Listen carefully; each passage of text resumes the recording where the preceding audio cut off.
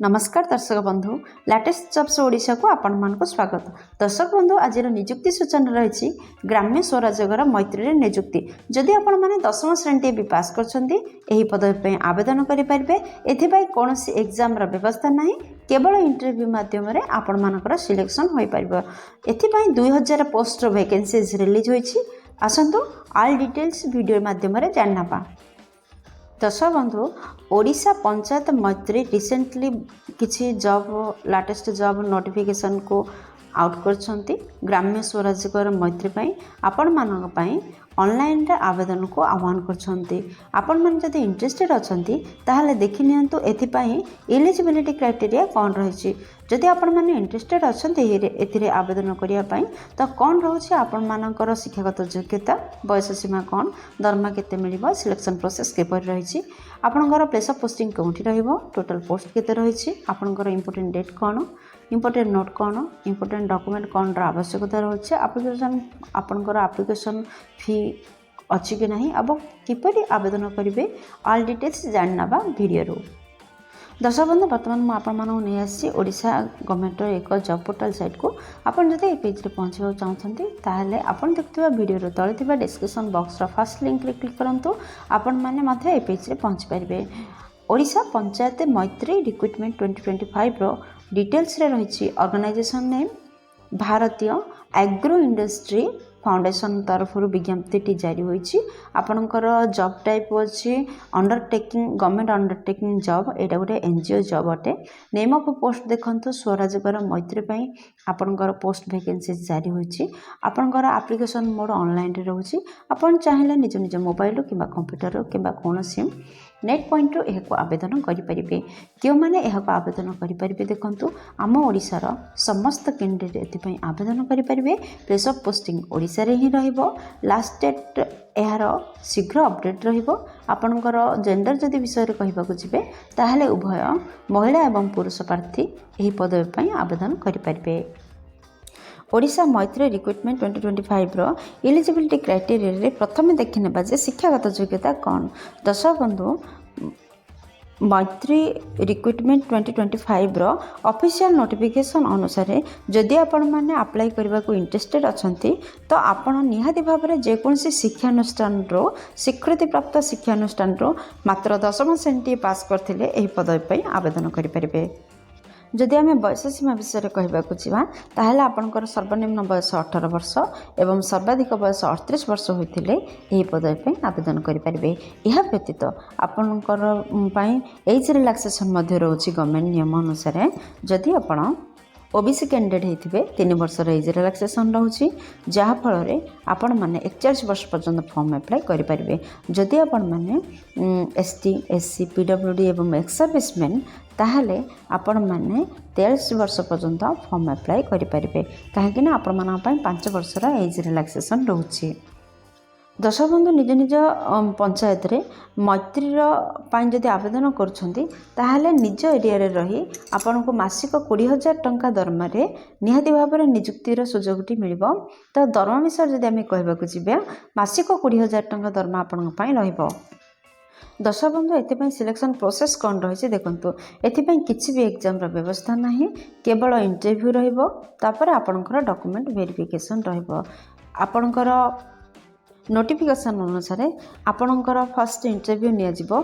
Interview रे जदि आपण माने सिलेक्शन हेउछंती ताहले आपणकर डॉक्यूमेंट वेरिफिकेशन कराजिबो। दर्शक बंधु आपणकर इंटरव्यू पर आपणकर डॉक्यूमेंट वेरिफिकेशन कराजिबो। कौन कौन डॉक्यूमेंट आवश्यकता रही एवं आपण माने इंटरव्यू स्थल गला बेलू कौन कौन डॉक्यूमेंट सांगरे नेक जिबे ताहा निम्न दि जाइछि। आसंतु देखि नबा। दर्शक बंधु जदि आपण माने एप्लिकेशन फी विषय कहे आपण समस्त फ्री आवेदन करेंगे कहीं जनरल ईडब्ल्यूएस ओबीसी फीमेल आपणकर एसटी एससी पीडब्ल्यूडी समस्त फ्री रही। एप्लिकेशन फी किसी भी ना समस्त नो फी रही देयमुक्त आवेदन समस्ते करेंगे। दर्शक बंधु इंपोर्टेंट डॉक्यूमेंट कौन कौन आवश्यक होबो एवं आपण माने ऑनलाइन आवेदन करला बेले कौन कौन डॉक्यूमेंट आवश्यकता होबो एवं इंटरव्यू गला बेले कौन कौन डॉक्यूमेंट नहीं कि जिबे यार डिटेल्स देखंतु। फास्ट आपणकर क्वालिफिकेशन सर्टिफिकेटर आवश्यकता रहिबो। सेकेंड रे आपणकर जन्म सर्टिफिकेट बा बर्थ सर्टिफिकेटर आवश्यकता रहिबो जोटा कि जन्म प्रमाण पत्र। थर्ड रे दुईटी रिसेंट कलर पासपोर्ट साइज रो फोटोर आवश्यकता रहुछि। फोर्थ रे आपणकर केस्ट सर्टिफिकेटर आवश्यकता रहुछि। दर्शक बंधु आपण मान जदि साधारण केस्ट व्यतीत अन्य कोनोसी भी केस्ट आस्थान्ते ताहाले जाति प्रमाण पत्र आवश्यकता रहुछि। आपणकर फिफ्थ रे एक्सपीरियंस सर्टिफिकेटर आवश्यकता रहुछि। सिक्स्थ रे रेसिडेंट सर्टिफिकेटर आवश्यकता रहुछि। दर्शक बंधु ए 6 डॉक्यूमेंट को रेडी करंतु और ऑनलाइन आवेदन करंतु एवं 6टा डॉक्यूमेंट को रेडी करंतु जोटा कि सांगरे नै कि जिबे इंटरव्यू स्थल को। ओडिशा मैत्री रिक्रुटमेंट 2025 रो इंपोर्टेंट डेट कौन रही देखो। दर्शक बंधु ऑलरेडी स्टार्ट हो सारा यार अप्लाई डेट आपण चाहिए एबे मध्य अप्लाई करें। यार लास्ट डेट रिलीज होइनी तो यथाशीघ्र रिलीज पाइबा यार लास्ट डेट नोटिफिकेशन रे जणाई दिया जिवो। तो जदि आपण मानकर स्टार्ट डेट आरंभ हो जाय माने अप्लाई डेट आरंभ हो जाय तो आपण माने अप्लाई करि परिबे। दर्शक बंधु एथि इंपोर्टेंट नोट कौन रही देखो। जितेबाला आपण मैंने एप्लिकेशन को फिलअप कर तो केयरफुली फिलअप करेंगे एवं चेक करेंगे प्रॉपर्ली सबमिट करने पूर्वर आउ यार लास्ट डेट पूर्वर निहाती भाव में अथॉरिटी पाखे आपंकर दरखास्त पहुँची जा दरकार। हाउ टू एप्लाई ओडिशा मैत्री रिक्रुटमेंट 2025। दर्शक बंधु यह किपर आवेदन करेंगे देखो।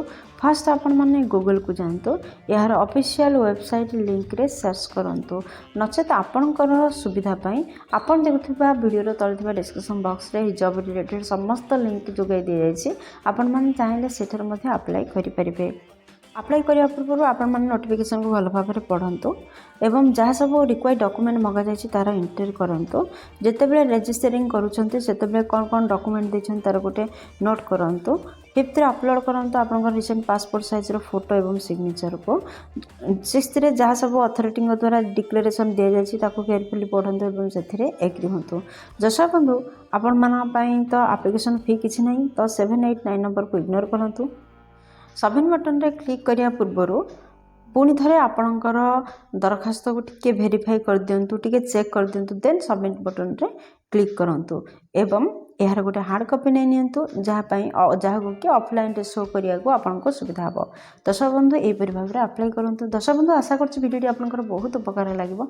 जदि किछि भी उपकार करि पारछि वीडियो गोटे लाइक कर दियंतु सांगमान सहित यथेष्ट परिमाण शेयर करंतु। जदि चैनल रे नुआ छथि चैनल को सब्सक्राइब करंतु काहेकि ना प्रतिदिन प्रकाश पाउथबा नुआ नुआ सरकारी नोटिफिकेशन आपनक पाखरे बा जॉब रो नोटिफिकेशन आपनक पाखरे प्रथमे पहुँची पारिबो।